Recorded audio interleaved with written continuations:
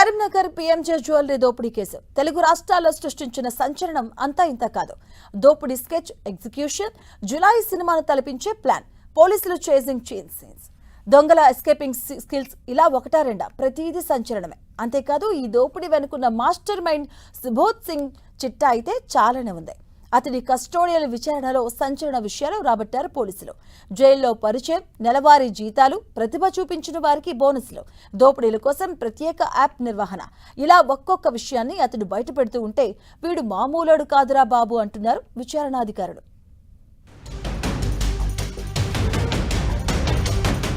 మరోసారి తెరపైకి Karimnagar PMJ jewellery case. Subodh Singh custodial విచారణలో సంచలనాలు.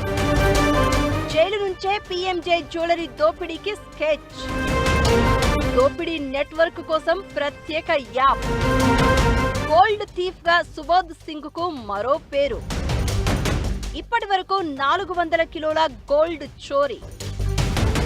మే 3న కరీంనగర్ పీఎంజే జ్యువెలరీలో జరిగిన దోపిడీ తెలుగు రాష్ట్రాల్లో సంచలనం సృష్టించింది.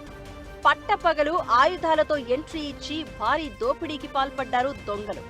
అంతేకాదు దమ్ముంటే పట్టుకోండి అనే విధంగా తమ ఫేస్ ఐడిని వదిలి వెళ్లారు.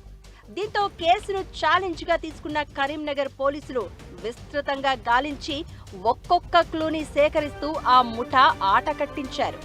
బీహార్, పశ్చిమ బెంగాల్కు వెళ్లి దోపిడీ గ్యాంగును ఈడ్చుకొచ్చారు. ఈ కేసులో ఇప్పటి వరకు 8 మందిని అరెస్ట్ చేశారు. ప్రధాన సూత్రధారి అయిన సుబోధ్ సింగ్ ను సైతం పోలీసులు అదుపులోకి తీసుకున్నారు. అతడు బీహార్ జైల్లో ఉండడంతో పీటీ వారెంట్ పై కరీంనగర్ కు తీసుకొచ్చారు పోలీసులు. అనంతరం కోర్టు అనుమతితో కస్టడీలోకి తీసుకుని విచారించగా నివ్వెరపోయే నిజాలు బయటపడ్డాయి.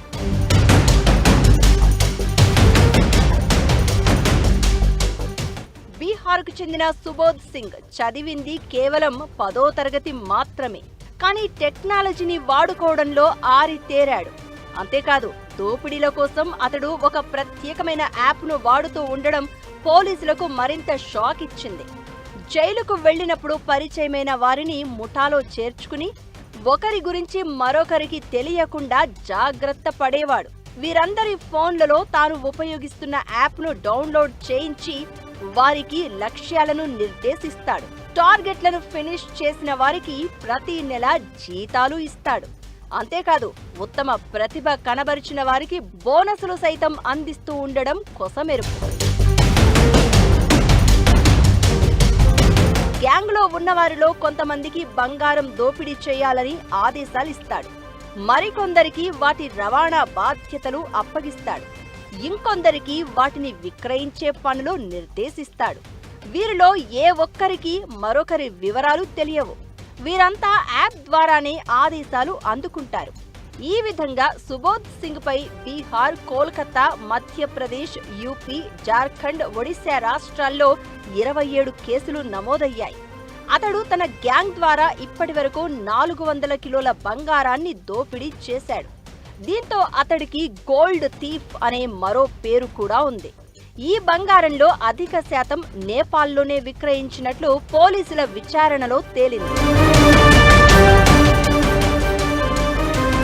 సుబోధ్ సింగ్ తన నెట్వర్క్లో దొంగలే కాదు, పోలీసులు, జైలు అధికారులు, లాయర్లు కూడా ఉన్నారని కస్టోడియల్ విచారణలో తెలిపినట్లు పోలీస్ వర్గాలు అంటున్నాయి.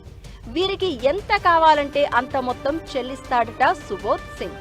అంతేకాదు తన మాట వినని వారిని నిర్దాక్షిణ్యంగా చంపేస్తాడని చెప్తున్నారు. జైలులోని ఖైదీలకు డబ్బు ఎరగా చూపించి తన గ్యాంగులోకి ఆహ్వానిస్తాడు. దీంతో అప్రమత్తమైన పోలీసులు అతడిని కరీంనగర్ జైలు నుంచి చెర్లపల్లి కేంద్ర కారాగారానికి తరలించారు. ప్రస్తుతం సుబోధ్ సింగ్ అక్కడే జైలు శిక్ష అనుభవిస్తున్నాడు. మాస్టర్ మైండ్ సుబోధ్ సింగ్ నేరాలు, ప్లాన్ ఆఫ్ యాక్షన్ చూసిన తెలంగాణ పోలీసులు నివ్వెరపోతున్నారు. తెలంగాణ పోలీస్ అకాడమీలో అతడి స్టోరీని కేస్ స్టడీగా బోధించే అవకాశం ఉందని చర్చించుకుంటున్నారు.